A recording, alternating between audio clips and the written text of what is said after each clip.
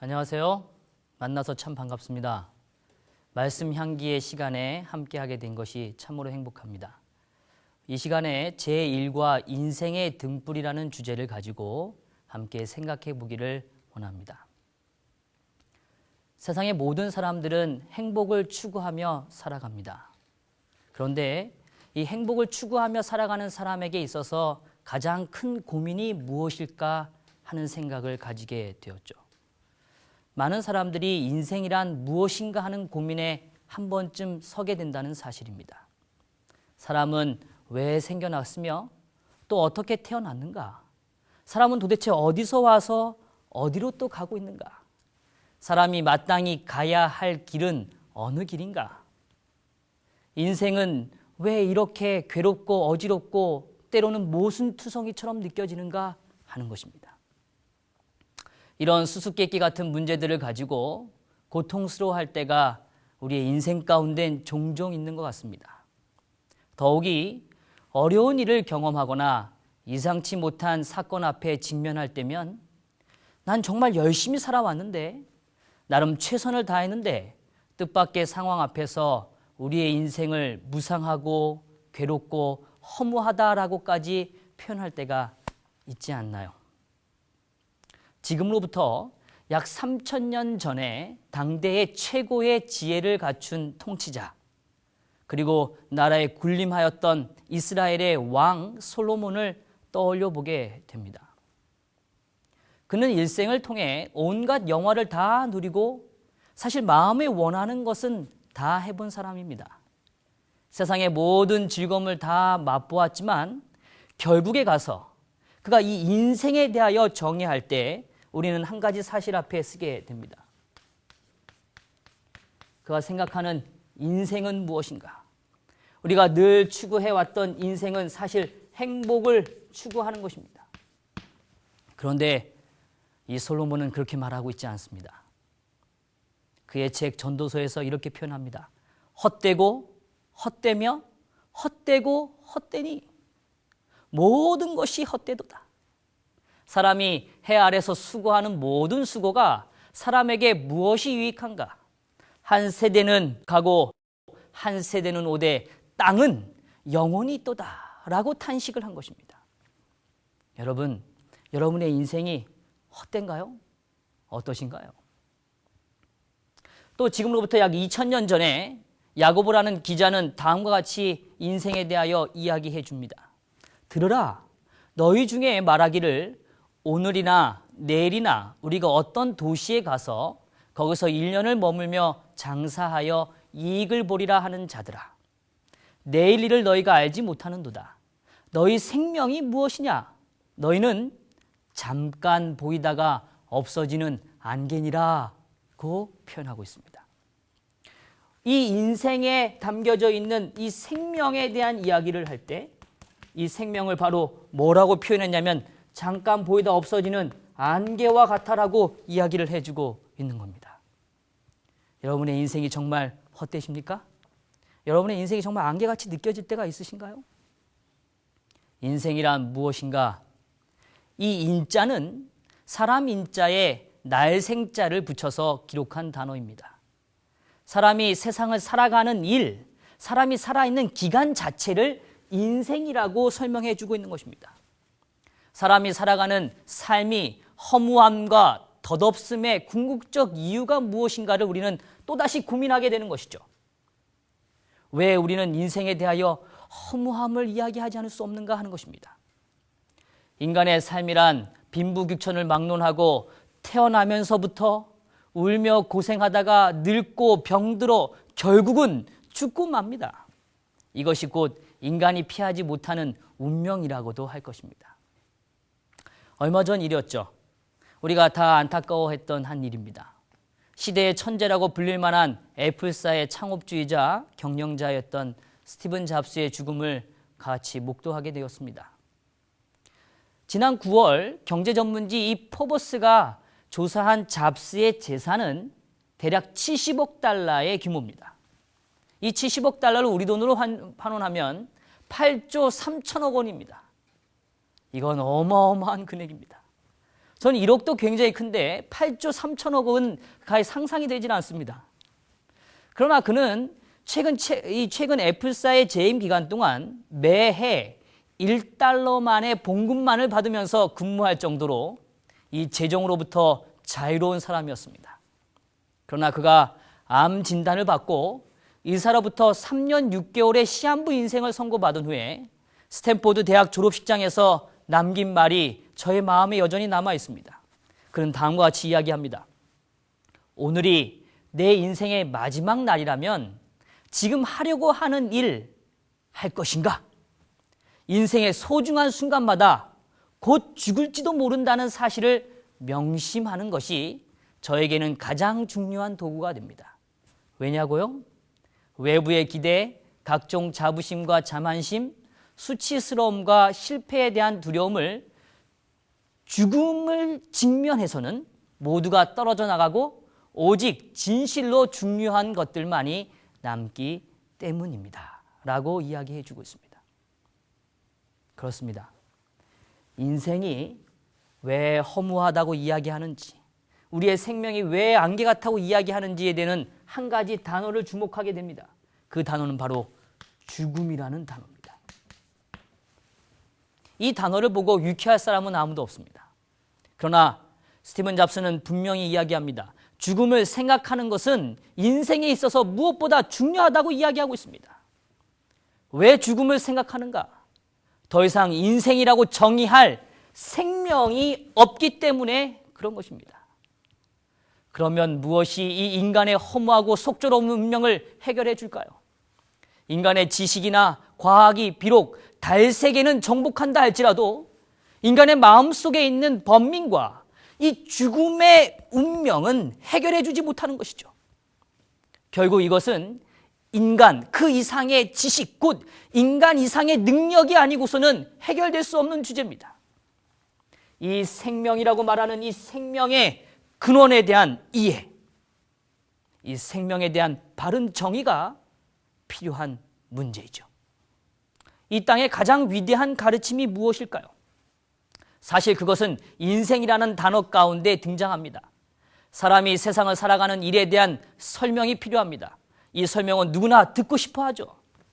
내가 어디서 태어나서 어디로 향하고 있고 또 내 인생의 의미는 무엇인가 하는 것에 대하여 답변하기를 원합니다.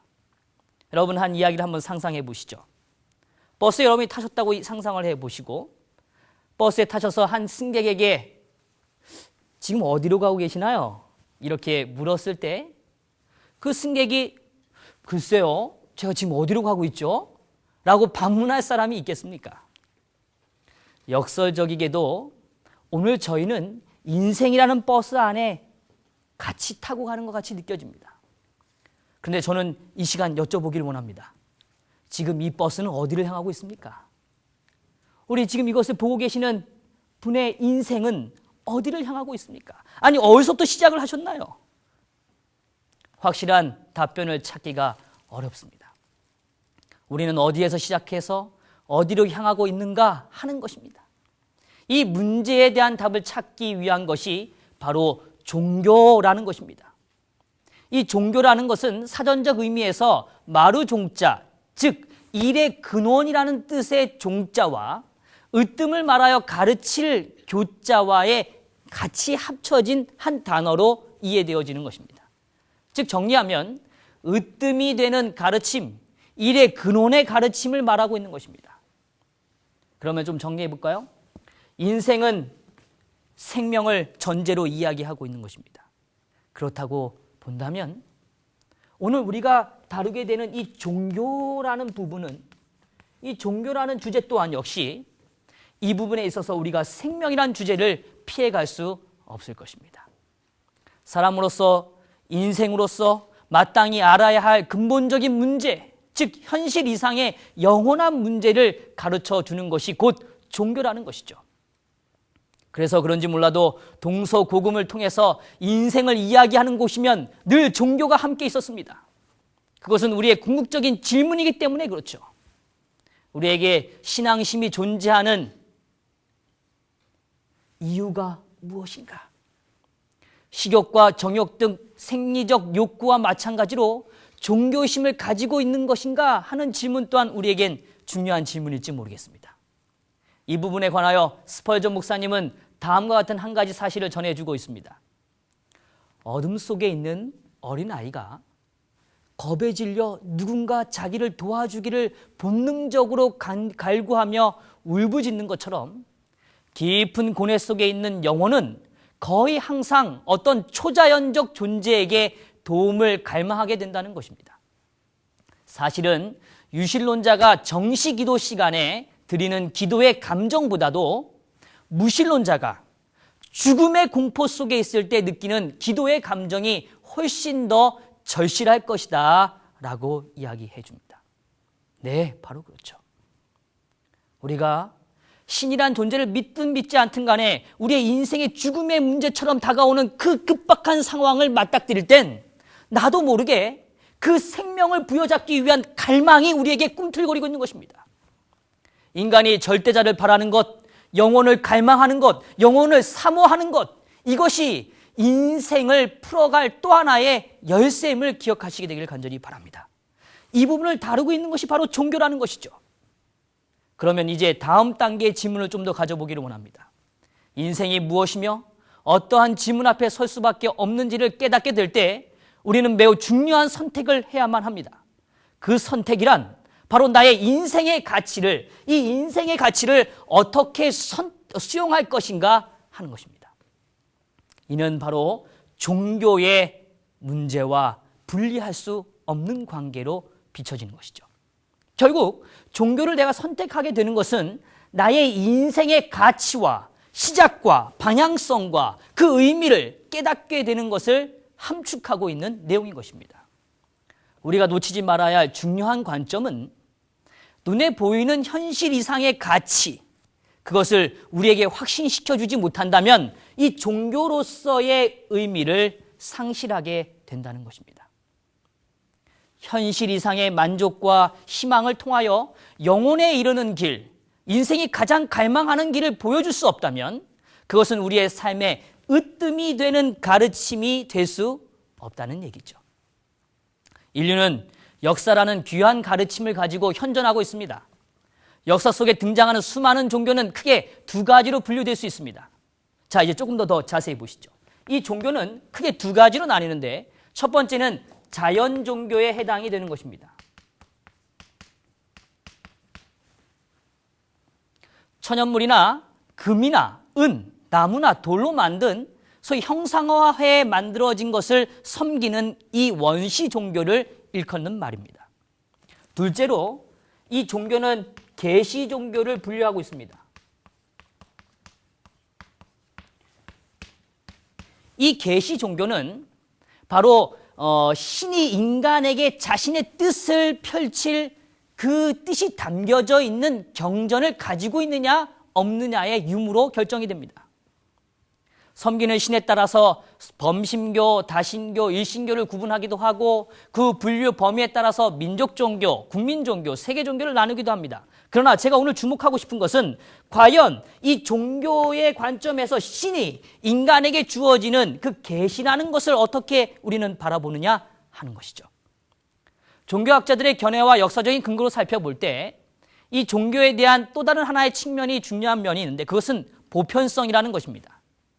한 민족만이 상징하고 또 그것을 추상화한 것을 형상화하는 것으로 만족하는 신앙보다는 다양한 민족들이 공존하고 있는 보편성을 지닌 종교야말로 진정한 종교가 될 수 있다라고 많은 학자들은 의견을 같이 하고 있습니다. 즉 다시 말해서 여러 종류의 신을 섬기는 범신교나 다신교보다도 인격적인 만남을 추구하는 신에 대한 개념이 더욱더 가치 있다라고 더불어 설명하고 있는 것입니다. 두 가지를 이야기하는 것입니다. 첫 번째는 다시요. 이 계시 종교 가운데서도 특별히 유일신에 대한 개념, 이 개념과 그 다음에 이 유일신에 기반되어서 있는 것뿐만 아니라 보편성에 대한 문제를 같이 다룰 수 있는 종교여야지 가치가 있다라는 것입니다. 무엇보다 인간의 생각과 사고를 뛰어넘으면서 시대를 넘어서 눈에 보이지 않는 가치, 참된 근원에 대한 인생에 대한 명쾌한 선언이 요구되는 것입니다. 이것을 밝히 드러내 보여 깨닫게 할 수 있는 것을 바로 계시라는 단어 안에 다 함축할 수 있을지 모르겠습니다.